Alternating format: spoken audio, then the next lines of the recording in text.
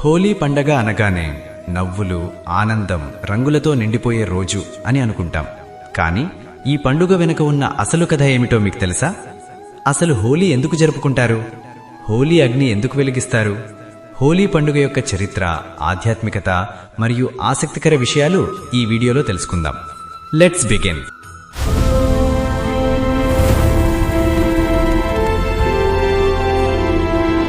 ప్రహ్లాద అనే విష్ణుభక్తుడి కథతో హోలీ మొదలైంది. ఒకప్పుడు హిరణ్యకశిపుడు అనే రాక్షసరాజు ఉండేవాడు. అతను తనను దేవుడిగా పూజించమని అందరినీ బలవంతం చేసేవాడు. కాని అతని కొడుకు ప్రహ్లాదుడు మాత్రం విష్ణువును భజించేవాడు. దీనికి కోపంతో హిరణ్యకశిపుడు తన చెల్లెలు హోలిక సహాయం తీసుకున్నాడు.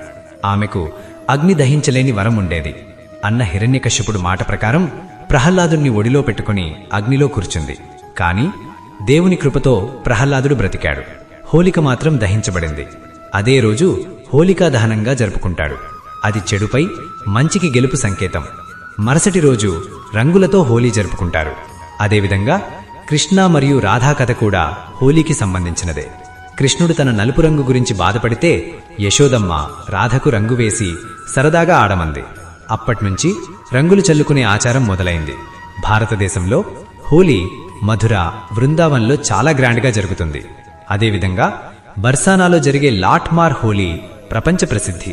హోలీని ఫెస్టివల్ ఆఫ్ లవ్ అని కూడా అంటారు. ఇది వసంత ఋతువు ఆరంభాన్ని సూచిస్తుంది. పాత కక్షలు మరచి కొత్త లైఫ్ని ఆరంభించుకునే రోజుగా పరిగణిస్తారు. హోలీ కేవలం రంగుల పండుగ కాదు, అది చెడుపై మంచికి గెలుపు, ద్వేషంపై ప్రేమ గెలుపు. మీరు హోలీ జరుపుకుంటున్నట్లయితే కామెంట్లో ఖచ్చితంగా జై శ్రీకృష్ణ అని రాయండి. మీకు, మీ కుటుంబ సభ్యులందరికీ హ్యాపీ హోలీ. వీడియో నచ్చితే లైక్ చేయండి, మీ ఫ్రెండ్స్ తో షేర్ చేయండి. ఇంకా ఇలాంటి మంచి వీడియోల కోసం మా ఛానల్ ని సబ్స్క్రైబ్ అవ్వండి.